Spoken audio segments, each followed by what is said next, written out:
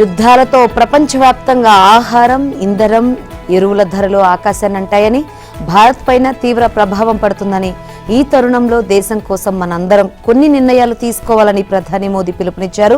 Petrol, diesel వినియోగాన్ని తగ్గించాలని, metro రైలు సౌకర్యం ఉన్న నగరాల్లో ప్రజలు దాన్ని వినియోగించుకోవాలని, కారులో వెళ్లాల్సి వస్తే కార్ ఫుల్ చేసి ఇతరులను తీసుకెళ్లాలని సూచించారు. ఏడాది పాటు ఎవరూ బంగారం కొరొద్దని, విదేశీ మారక ద్రవ్యాన్ని ఆదా చేయాలని హితవు పలికారు. వస్తు రవాణా కోసం రైలు సేవలు వినియోగించుకోవాలన్నారు. రైళ్లు కరెంటుతో నడుస్తాయి కాబట్టి వాటికి పెట్రోల్, డీజిల్ అవసరం ఉండదని గుర్తు చేశారు. ఇరాన్ యుద్ధం మొదలయ్యాక ప్రధాని మోదీ ఇంధనం, ఎరువుల కొరతతో పాటు యుద్ధం వల్ల కలుగుతున్న పలు సమస్యలపై బహిరంగంగా ప్రస్తావించి ప్రజలకు జాగ్రత్తలు చెప్పడం ఇదే తొలిసారి. నిన్న పరేడ్ గ్రౌండ్స్ లో బీజేపీ ఆధ్వర్యంలో నిర్వహించిన బహిరంగ సభలో పాల్గొని ప్రసంగించారు. తెలుగులో ప్రసంగం ప్రారంభించిన మోదీ రాజకీయ విమర్శలు చేయడంతో పాటు దేశ ప్రజలకు పలు కీలక సూచనలు చేశారు. కరోనా, రష్యా ఉక్రెయిన్ యుద్ధంతో సమస్యలు పెరిగాయని, అయినప్పటికీ వాటిని పరిష్కరించడానికి కృషి చేస్తున్నామని పేర్కొన్నారు. ఒక యూరియా బస్తా అంతర్జాతీయంగా 3,000 ధర ఉంటే భారత్లో అదే 300 కంటే తక్కువగా వస్తుందని గుర్తు చేశారు. అయితే మన చుట్టుపక్కల జరుగుతున్న యుద్ధం కారణంగా ప్రపంచవ్యాప్తంగా నెలకొన్న పరిస్థితుల కారణంగా సమస్యలు మరింతగా పెరిగాయని ఆందోళన వెలుబుచ్చారు. అసోంలో గతంలో కొద్ది మంది మాత్రమే బీజేపీ ఎమ్మెల్యేలు ఉండేవారని, కానీ ఇప్పుడు అక్కడ వరుసగా 3వ విజయంతో హ్యాట్రిక్ కొట్టామని మోదీ అన్నారు. 10 ఏళ్ల క్రితం 3 ఎమ్మెల్యే సీట్లున్న బెంగాల్లో ఇప్పుడు 200కు పైగా సాధించి తొలిసారి అధికారం చేపట్టామన్నారు. ఇప్పుడు తెలంగాణలో బీజేపీ కార్యకర్తల ఉత్సాహం చూస్తుంటే వచ్చే ఎన్నికల్లో ఇక్కడ వచ్చేది బీజేపీ సర్కారే అని స్పష్టమవుతుందన్నారు. గతంలో గుజరాత్ ముఖ్యమంత్రిగా ఉన్న మీరు అప్పటి ప్రధానమంత్రి మన్మోహన్ సింగ్ సహకారంతో గుజరాత్ మోడల్ను అభివృద్ధి చేశారు. ఇప్పుడు మీ సహకారంతో రాబోయే 10 ఏళ్లలో రాష్ట్రాన్ని అభివృద్ధి చేసుకోవాలని తెలంగాణ ప్రజలు కోరుకుంటున్నారు. మన్మోహన్ సింగ్ తరహాలో ఆయన స్ఫూర్తితో పూర్తి సహకారం అందిస్తారని ఆశిస్తున్నానని ప్రధాని మోదీని ఉద్దేశించి సీఎం రేవంత్ రెడ్డి అన్నారు. తెలంగాణ ప్రభుత్వం ప్రతిపాదించిన మూసీ పునరుజ్జీవం, మెట్రో రైల్, రేడియల్ రోడ్లు, హైదరాబాద్ బందర్ 12 లేన్ల రోడ్డుకు అనుమతులు ఇవ్వాలని, ఇందుకోసం 2 గంటల సమయం కేటాయించి సమీక్షించాలని ప్రధానికి విజ్ఞప్తి చేశారు. తెలంగాణ ప్రాజెక్టుల ఆమోదం, అత్యవసర అనుమతుల కోసం ప్రధానమంత్రి కార్యాలయంలో ప్రత్యేక సింగిల్ విండో టాస్క్ ఫోర్స్ ఏర్పాటు చేయాల్సిన ఆవశ్యకత ఉందని అన్నారు. హైదరాబాద్లోని హెచ్ఐసిసి వేదికగా ఆదివారం పలు ప్రాజెక్టులకు వర్చువల్ విధానంలో ప్రధానమంత్రి మోదీ శంకుస్థాపనలు, ప్రారంభోత్సవాలు చేశారు. ఈ కార్యక్రమానికి సీఎం రేవంత్ రెడ్డి కూడా హాజరై మాట్లాడారు. ఇది కేంద్ర ప్రభుత్వ కార్యక్రమం కాదని, అభివృద్ధి ఉత్సవం అని అభిప్రాయపడ్డారు. ఇటీవలే 5 రాష్ట్రాల ఎన్నికలు ముగిశాయని, ఇక అభివృద్ధిపై దృష్టి పెట్టాలని ఆకాంక్షించారు. జాతీయ భద్రత, జాతీయ అభివృద్ధి అత్యంత ప్రాధాన్య అంశాలని, మొదట దేశం, తర్వాత ప్రజలు, ఆ తర్వాతే పార్టీ అని స్పష్టం చేశారు. ఆ స్ఫూర్తితోనే వికసిత్ భారత్ 2047ను మోదీ ప్రకటించారని, అందులో తెలంగాణ భాగస్వామ్యం కూడా ఉందన్న విషయాన్ని గుర్తించాలని కోరారు. దేశ విషయంలో కేంద్రంతో కలిసే ఉంటామని చెప్పారు. వికసిత్ భారత్ 2047 ద్వారా భారతదేశాన్ని $30 ట్రిలియన్ ఆర్థిక వ్యవస్థగా తీర్చిదిద్దే అంశంపై ప్రధాని మాట్లాడిన సమయంలోనే తెలంగాణ రైజింగ్ 2047ను దానికి అనుసంధానం చేశామని గుర్తు చేశారు. తెలంగాణ రైజింగ్ కు ప్రధాని పూర్తి సహకారం అందిస్తారనే విశ్వాసం తనకు ఉందన్నారు. సీఎం రేవంత్ రెడ్డి ఇక్కడ రాజకీయాలు మాట్లాడనని అన్నారు. తాను కూడా మాట్లాడబోనని ప్రధాని మోదీ అన్నారు. గతంలో కేంద్ర ప్రభుత్వం గుజరాత్కు ఎన్ని నిధులు ఇచ్చిందో అన్ని నిధులు ఇవ్వడానికి సిద్ధంగా ఉన్నానని, కానీ అలా చేస్తే ప్రస్తుతం అందుతున్నది కాస్త సగం అయిపోతుందన్నారు. మీరు ఎక్కడికి చేరుకోవాలని అనుకుంటున్నారో అక్కడికి చేరుకోలేరు, అందుకే నాతోనే కలవండి అంటూ ప్రధాని అన్నారు.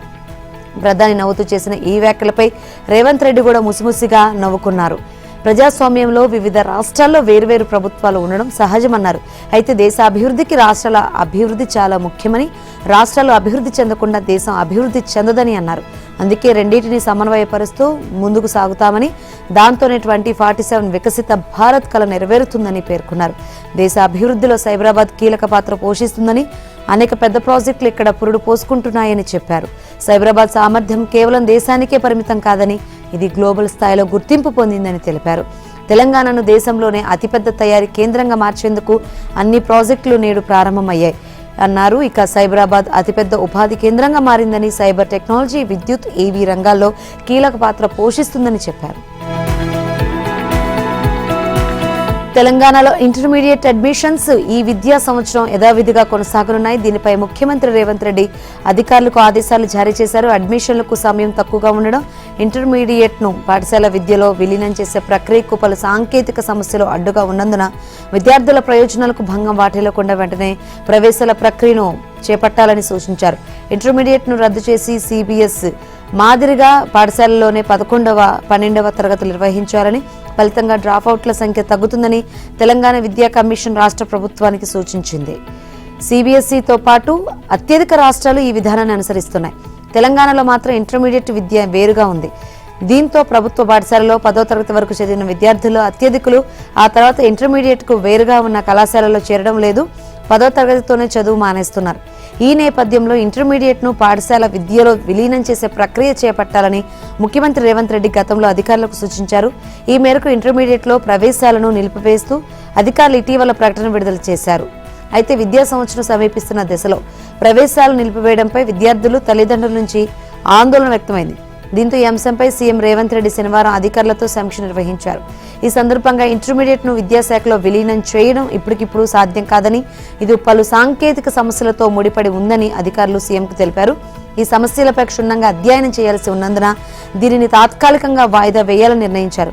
విలీన ప్రక్రియకు సంబంధించి విస్తృతంగా సంప్రదింపులు నిర్వహించాలని ముఖ్యమంత్రి అధికారులను ఆదేశించారు. ఈ అంశంపై తెలంగాణ ఎడ్యుకేషన్ పాలసీపై నియమించిన కమిటీ అధ్యయనం చేసి తన నివేదిక సమర్పించాలని సూచించారు. అనంతరం శాసనసభలో చర్చించి తుది నిర్ణయం తీసుకుందామని చెప్పారు. ప్రజాపాలన ప్రగతి ప్రణాళికలో భాగంగా ప్రభుత్వం ఇవాళ్టి నుంచి విద్యా వారోత్సవాలు నిర్వహించనుంది. ఈ వారోత్సవాలను హైదరాబాద్లోని ఎల్బీ స్టేడియంలో సాయంత్రం 5 గంటలకు ముఖ్యమంత్రి రేవంత్ రెడ్డి ప్రారంభిస్తారు. హైదరాబాద్ పరిధిలోని పాఠశాలలో కల్పించనున్న మౌలిక సదుపాయాలను ఈ సందర్భంగా సీఎం ప్రకటించనున్నారు. విద్యా వారోత్సవాల్లో భాగంగా ఈ నెల 11 నుంచి 17 వరకు నిర్వహించనున్న కార్యక్రమాలను విద్యాశాఖ ఇప్పటికే ప్రకటించింది. ఈ కార్యక్రమాల్లో భాగంగా పాఠశాలల అభివృద్ధిలో విద్యార్థులతో పాటు తల్లిదండ్రులు, ఉపాధ్యాయులు, ప్రజలను భాగస్వామ్యం చేయనున్నారు. బడుల్లో విద్యార్థుల ప్రవేశాలు పెంచడంపై ప్రధానంగా దృష్టి పెట్టనున్నారు. పశ్చిమాసియా సంక్షోభంతో ముడి చమురు ధరలు, రవాణా ఖర్చులు, ప్యాకేజింగ్ వ్యయాల పెరుగుదల కారణంగా దేశీయ ఎఫ్ఎంసీజీ కంపెనీలు మరోసారి ధరల పెంపునకు సిద్ధమవుతున్నాయి. దీంతో సబ్బులు, డిటర్జెంట్స్, బిస్కెట్స్, ప్యాకేజ్డ్ ఫుడ్స్, పానీయాలు వంటి నిత్యావసర వస్తువుల ధరలు మరింత పెరిగే అవకాశాలు కనిపిస్తున్నాయి. ఇప్పటికే 3 నుంచి 5% వరకు ధరలు పెంచిన ఎఫ్ఎంసీజీ సంస్థలు మార్జిన్లను కాపాడుకునేందుకు మరో విడత ధరల పెంపు తప్పదని సంకేతాలు ఇస్తున్నాయి. వ్యయభారాన్ని అదుపులో ఉంచడానికి ప్యాకేజీ పరిమాణం తగ్గింపు, ధరలు పెంచడం వంటి చర్యలు చేపట్టక తప్పడం లేదని అంటున్నాయి. ఇక ప్రస్తుత ఆర్థిక సంవత్సరంలో ఉత్పత్తి భారం 10% మేర పెరిగిందని, దాన్ని తగ్గించుకునేందుకు పలు విభాగాల ఉత్పత్తుల ధరలను సుమారు 4% పెంచినట్లు డాబర్ ఇండియా గ్లోబల్ సీఈఓ తెలిపారు. పశ్చిమాసియాలో యుద్ధం కారణంగా ముడి చమురు ధరలు భారీగా పెరగడంతో దేశీయ ఇంధన విక్రయ సంస్థలు విలవిల్లాడుతున్నాయి. క్రూడాయిల్, ఎల్పీజీ రేట్ల పెరుగుదలకు అనుగుణంగా పెట్రోల్, డీజిల్, గ్యాస్ సిలిండర్ ధరలు పెంచకపోవడం వల్ల ప్రభుత్వ రంగ ఇంధన విక్రయ కంపెనీలైన ఐఓసీ, హెచ్పీసీఎల్, బీపీసీఎల్ రోజుకు 1600 నుంచి 1700 కోట్లు, గడిచిన 10 వారాల్లో 1,00,000 కోట్లకు పైగా నష్టాలను చవిచూశాయని విశ్వసనీయ వర్గాలు తెలిపాయి.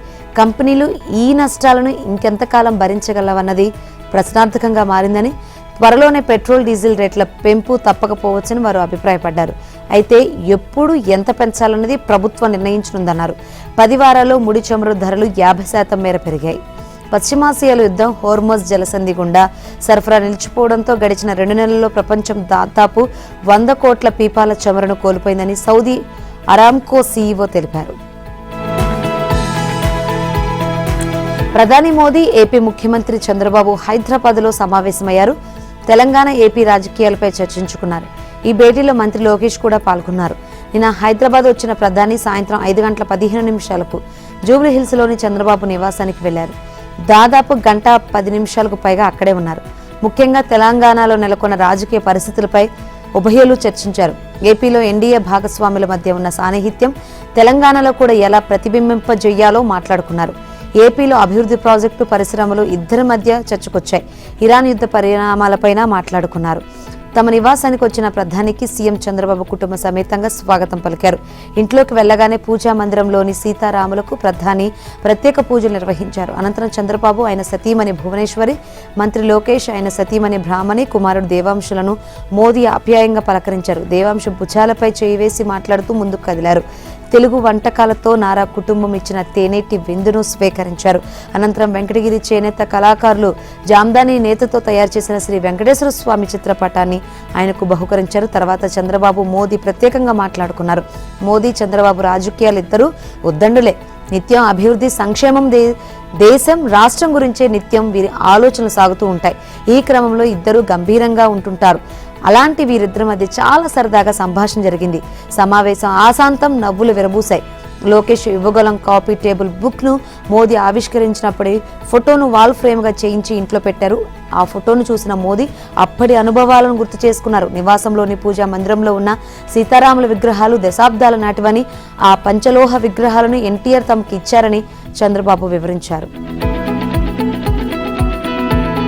ఆరోగ్యాన్ని అశ్రద్ధ చేయకూడదని, ప్రజా జీవితంలో ఉన్నవారు ఆరోగ్యం పట్ల శ్రద్ధ వహించాలని AP deputy CM Pawan Kalyan కు ప్రధాని నరేంద్ర మోదీ సూచించారు. ప్రజలకు మరింత విస్తృతంగా సేవలు అందించాల్సిన అవసరం ఉందని, అలా చేయాలంటే ఆరోగ్యం పట్ల జాగ్రత్తగా ఉండాలన్నారు. నిన్న హైదరాబాద్ వచ్చిన ప్రధాని ఇటీవల శస్త్రచికిత్స చేయించుకున్న పవన్ ఇంటికి వెళ్లారు. ఆయన తన సతీమణి అన్న, పిల్లలు అకీరానందన్, ఆద్య, పోలిన అంజని, మార్క్ శంకర్తో కలిసి సాధారణంగా మోదీకి స్వాగతం పలికారు. పవన్ ను ప్రధాని పరామర్శించి ఆరోగ్య పరిస్థితిని, కుటుంబ యోగక్షేమాలను అడిగి తెలుసుకున్నారు. ఈ సందర్భంగా ఆయన కుటుంబ సభ్యులతో కాసేపు ముచ్చటించారు. పవన్ సతీమణి అన్న కొనిదెలతో మోదీ మాట్లాడుతూ కొన్ని రష్యన్ పదాలు పలికారు. పవన్ చిన్న కుమారుడు మార్క్ శంకర్ తాను రూపొందించిన hand made welcome, thank you కార్డులను మోదీకి అందించారు. మార్క్ శంకర్ ను ప్రధాని దగ్గరకు తీసుకుని ఆప్యాయంగా మాట్లాడారు. పవన్ పెద్ద కుమారుడు అకిరానందన్తో మాట్లాడుతూ ఏం చేస్తున్నావని అడిగారు. మార్షల్ ఆర్ట్స్ నేర్చుకుంటున్నానని, అలాగే స్పోర్ట్స్ షూటింగ్ శిక్షణ పొందుతున్నానని అకిరా చెప్పాడు. పవన్ వైపు మోదీ చూస్తూ ఇంట్లో ఒక మార్షల్ ఆర్ట్స్ స్టార్ ఉన్నారు, నువ్వు అంటూ అటువైపే వెళ్తున్నావా అంటూ చమత్కరించారు. ఈ సందర్భంగా ప్రఖ్యాత హిందీ కవి రామ్ధారి సింగ్ దినకర్ కవితను అకిరా వినిపించగా మోదీ అభినందించారు. పవన్ కుమార్తెలు ఆద్య, అలీనా అంజనీతో ప్రధాని మాట్లాడుతూ వారి చదువు గురించి అడిగి తెలుసుకున్నారు. సుమారు 20 నిమిషాలు అక్కడ గడిపారు. ఏపీ ముఖ్యమంత్రి చంద్రబాబు మంగళవారంలో ఢిల్లీ, అసోం వెళ్లనున్నారు. సోమవారం ఉదయం ఢిల్లీ వెళ్లి కేంద్ర హోంమంత్రి అమిత్ షాతో సహా పలువురు కేంద్ర మంత్రులను కలుస్తారు. సాయంత్రం 4 గంటలకు హోటల్ తాజ్ ప్యాలెస్ లో జరిగే సిఐఐ వార్షిక సమావేశంలో ప్రసంగిస్తారు. అనంతరం ప్రధాని ఆర్థిక సలహా మండలి చైర్మన్ ఎస్ మహేంద్ర దేవ్తో పాటు నీతి ఆయోగ్ సభ్యులతో సమావేశం అవుతారు. రాత్రికి అక్కడే బస చేసి మంగళవారం గువాహటి వెళ్తారు. అక్కడ అసోం సీఎంగా హిమంత బిశ్వ శర్మ ప్రమాణ స్వీకార కార్యక్రమంలో పాల్గొంటారు. అనంతరం అమరావతి బయలుదేరి వస్తారు. ఏపీలో ప్రభుత్వ పాఠశాలల అభివృద్ధిలో పూర్వ విద్యార్థులు, దాతలు సులభంగా భాగస్వామ్యమయ్యేలా పాఠశాల విద్యాశాఖ ప్రత్యేక కార్యక్రమానికి శ్రీకారం చుట్టింది. బడుల్లో అవసరాల కోసం విరాళాలు ఇచ్చే ప్రక్రియను సులభతరం చేసేందుకు వెబ్ పోర్టల్, మొబైల్ యాప్ తీసుకురావాలని నిర్ణయించిన ప్రభుత్వం ఈ కార్యక్రమానికి బడి కోసం అనే పేరు పెట్టాలని ప్రాథమికంగా నిర్ణయించింది. ఇంగ్లీష్లోనూ అందరికీ చేరువయ్యేలా కనెక్ట్ స్కూల్ అనే పేరును నిర్ణయించింది. ఇప్పటి వరకు బడుల్లో విరాళాలు ఇచ్చేందుకు ఆన్లైన్ విధానం లేదు. ఇక నుంచి దాతలు కానీ, పూర్వ విద్యార్థులు కానీ నేరుగా పోర్టల్ లేదా యాప్ ద్వారా విరాళాలు పంపే అవకాశం రానుంది. ముఖ్యంగా విదేశాల్లో, సుదూర ప్రాంతాల్లో ఉన్నవారు విరాళాలు ఇవ్వడం అత్యంత సులభం కానుంది. వాస్తవానికి 4 రోజుల కిందటే ఈ పోర్టల్, యాప్ను అందుబాటులోకి తీసుకురావాలని పాఠశాల విద్యాశాఖ భావించింది. అయితే పై స్థాయి నుంచి మరిన్ని మార్పులకు సూచనలు చేయడంతో కొంత ఆలస్యమైంది. తొలుత ప్రణాళిక ప్రకారం పాఠశాలలో అవసరమయ్యే వస్తువులు 82 రకాలుంటాయని అంచనా వేశారు. ఆ తర్వాత వాటిని కుదించి ప్రస్తుతం 6 సంఖ్యను 68కి తీసుకొచ్చారు. పోర్టల్, యాప్లో 68 రకాల వస్తువులతో చెక్ లిస్ట్ అందుబాటులో ఉంచుతారు. ఆయా పాఠశాలలో ఉన్న అవసరాలకు తగ్గట్లుగా ఆ లిస్టు మారుతుంది. వాటిలో ఫ్యాన్స్, కంప్యూటర్స్, ల్యాబ్స్లో అవసరమైన పరికరాలు, బెంచ్లు, కుర్చీలు, తాగునీటికి అవసరమైన వస్తువులు, ఇతర అన్ని రకాల అవసరాలతో ఆ జాబితా రూపొందిస్తున్నారు. అందులో దాతలు ఏది కావాలంటే అది ఎంపిక చేసుకొని ఆ పాఠశాల అడ్రస్తో నేరుగా పాఠశాలకు డెలివరీ చేయొచ్చు. లేదంటే ఆయా వస్తువులకు ఎంత వ్యయం అవుతుందనేది పోర్టల్లో కనిపిస్తుంది. పేమెంట్ గేట్వే ద్వారా ఆ మొత్తాన్ని నగదు రూపంలో పంపొచ్చు. అలా పంపితే దానిని ఎలా వినియోగించారు, ఎలాంటి వస్తువులు కొనుగోలు చేశారు అనేది దాతలకు తిరిగి వాట్సాప్లో ఫోటోలు, సమాచారం పంపుతారు. ఒక పాఠశాలలో ఒక అవసరం తీరిపోతే జాబితా నుంచి దాన్ని తొలగిస్తారు. కొత్త అవసరాలు ఏర్పడినప్పుడు తిరిగి ఏం అవసరమో జాబితాలో చేరుస్తారు. ఏపీ మెడికల్ కార్పొరేషన్లో తవ్వే కొద్దీ అక్రమాలు వెలుగులోకి వస్తున్నాయి. తాజాగా 340 కోట్ల టెండర్ డాక్యుమెంట్ బయటకు వచ్చింది. శుక్రవారం ఢిల్లీకి చెందిన అస్మదీయ కంపెనీకి దాన్ని అప్పగించేశారు. ఈ వారంలో టెండర్ పిలిచేందుకు కార్పొరేషన్ డ్రగ్స్ విభాగం అధికారులు సిద్ధమయ్యారు. టెండర్ డాక్యుమెంట్ సిద్ధం చేశారు. దీన్ని కార్పొరేషన్ వెబ్సైట్లో అప్లోడ్ చేయడమే తరువాయి. ఈలోగా డాక్యుమెంట్ ఢిల్లీకి చెందిన కంపెనీ చేతికి వెళ్లిపోయింది. డాక్యుమెంట్ బహిర్గతం కావడంతో సప్లయర్స్ షాక్ అవుతున్నారు. సప్లయర్స్ వాట్సాప్ గ్రూపుల్లో ఇది సర్క్యులేట్ అవుతుంది. ఢిల్లీకి చెందిన కంపెనీ ప్రతినిధులు అన్ని మ్యానుఫ్యాక్చరర్స్ కంపెనీలను సంప్రదించి మీ కంపెనీకి సంబంధించిన ప్రాజెక్టులు ఏపీ మెడికల్ కార్పొరేషన్ కు సరఫరా చేస్తాం, ధర ఎంత తగ్గిస్తారంటూ బేరాలు మాట్లాడుకుంటున్నారు. పైగా టెండర్ డాక్యుమెంట్ ను చూపించి ఇందులో ఏమైనా స్పెసిఫికేషన్స్ మార్చాలన్నా తమకు క్షణంలో పని అని, తాము ఏపీలో ఏదైనా చేయగలమని బహిరంగంగానే చెబుతున్నారు. ఈ కంపెనీ ఢిల్లీ డీల్స్ అధికారికి, డ్రగ్స్ విభాగంలోని చిరుద్యోగికి అస్మదీయ కంపెనీ డాక్యుమెంట్ బహిర్గతం కావడంతో టెండర్ నిబంధనలు బయటకు వచ్చేశాయి. కార్పొరేషన్ అధికారులు తమ పర్సంటేజ్ల కోసం పారదర్శకతకు నీళ్లొదిలేస్తున్నారు. కేంద్ర ప్రభుత్వం కేంద్ర పథకాలకు నిధులు భారీగా కేటాయిస్తుంది. అదే సమయంలో వాటిని వాడుకునేందుకు రకరకాల నిబంధనలు విధిస్తుంది. 2024-25 నుంచి కేంద్ర ప్రభుత్వ పథకాల నిధుల వినియోగానికి సంబంధించి దేశవ్యాప్తంగా స్పర్శ్ అనే విధానం తీసుకొచ్చింది. దీనివల్ల గత ఆర్థిక సంవత్సరంలో ఏపీ 5,321 కోట్లు నష్టపోయింది. స్పర్శ్ కంటే ముందున్న విధానంలో ఏదైనా పథకానికి కేంద్రం వాటా నేరుగా ఏపీ ప్రభుత్వ ఖజానాకు చేరేది. బిల్లులు క్లియర్ చేసి చెల్లింపులు చేసేవారు. కానీ ఇప్పుడు స్పర్శ్ విధానంలో కేంద్రం వాటా నేరుగా రాష్ట్రాల ఖజానాకు చేరడం లేదు. బిల్లులు రాష్ట్రంలో క్లియర్ అయ్యాక కేంద్రానికి పంపితే అక్కడ కూడా క్లియర్ అయితేనే డబ్బు కాంట్రాక్టర్ల ఖాతాలో పడుతుంది. ఇంతవరకు ఓకే, కానీ కేంద్ర రాష్ట్రానికి కేటాయించిన నిధుల మంజూరు, రాష్ట్రం ఇచ్చే బీఆర్ఓ, టెక్నికల్ బీడ్లు, ఫైనాన్షియల్ బీడ్స్, కోర్టు కేసులు, ఇతర వివాదాలు దాటుకొని ఏ పథకమైనా అమల్లోకి వచ్చేసరికి డిసెంబర్, జనవరి వస్తుంది. ఆయా పథకాలు చేపట్టి బిల్లులు సమర్పించడం, క్లియరెన్స్ పొందడం, బిల్లులు చెల్లింపు మార్చి 31లోగా జరిగిపోవాలి. లేదంటే కేంద్ర నిధులు రావు. 2025-26లో చాలా పథకాలు నిధులను కేంద్రం జనవరి తర్వాత మంజూరు చేసింది. మార్చి 31లోగా బిల్లులు పెట్టడం కష్టం. దీంతో ఏపీ చాలా వరకు నష్టపోతుంది. కొన్ని పథకాలను సగం వినియోగించుకుంటుండగా మరికొన్నిటిని వాడుకోలేకపోతుంది. 2 ఏళ్ల నుంచి ఈ పథకంలో అమల్లో ఉంది. అయితే ఇందులో ఉన్న లోటుపాట్లు, సవాళ్లు రాష్ట్ర ఆర్థిక శాఖకు తెలుసు. అయినప్పటికీ గత ఆర్థిక సంవత్సరంలో వాటిని అధిగమించలేకపోయింది. సీఎం చంద్రబాబు ప్రతి సమావేశంలోనూ ఢిల్లీ వెళ్లి నిధుల వినియోగానికి మార్గం సుగమం చేయాలని ఆదేశిస్తూనే ఉన్నారు. కేంద్రం కేటాయింపులో ఒక్క పైసా కూడా వదలకూడదని చెప్తూనే ఉన్నారు. ఈ మేరకు ఆర్థిక శాఖ మంత్రి, అధికారులు ఢిల్లీ పర్యటనలు చేస్తున్నప్పటికీ ఆశించిన ఫలితాలు మాత్రం రావడం లేదు. బీహార్ నుంచి జార్ఖండ్, ఒడిశా, ఛత్తీస్గఢ్ మీదుగా కోస్తాంధ్ర వరకు ద్రోణి కొనసాగుతుంది. దీని ప్రభావంతో నిన్న కోస్తా, రాయలసీమలో అక్కడక్కడ ఈదురుగాలులతో వర్షాలు కురిశాయి. మిగిలిన ప్రాంతాల్లో ఎండ తీవ్రత, ఉక్కపోత కొనసాగింది. ప్రకాశం జిల్లా కుప్పరపాడులో 42, పల్నాడు జిల్లా గురిజాలలో 41.6, కర్నూలు జిల్లా నగరడోనలో 41.3, నంద్యాల జిల్లా ఆళ్లగడ్డలో 41.1, పశ్చిమ గోదావరి జిల్లా తాడేపల్లిలో 40.9 డిగ్రీల గరిష్ట ఉష్ణోగ్రతలు నమోదయ్యాయి.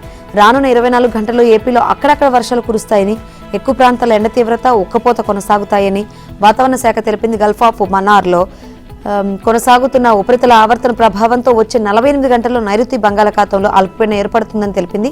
ఆ తర్వాత బలపడి తమిళనాడుకు దగ్గరగా రానుందని, దీంతో రాయలసీమ, దక్షిణ కోస్తాలో వర్షాలు పెరిగే అవకాశం ఉందని అంచనా వేసింది. అల్పపీడనం ఏర్పడిన తర్వాత 2 రోజుల్లో బలహీనపడుతుందని, ఈ నెల 17వ తేదీన ఆగ్నేయ బంగాళాఖాతంలో మరో అల్పపీడనం ఏర్పడుతుందని పలు మోడల్స్ అంచనా వేస్తున్నాయి.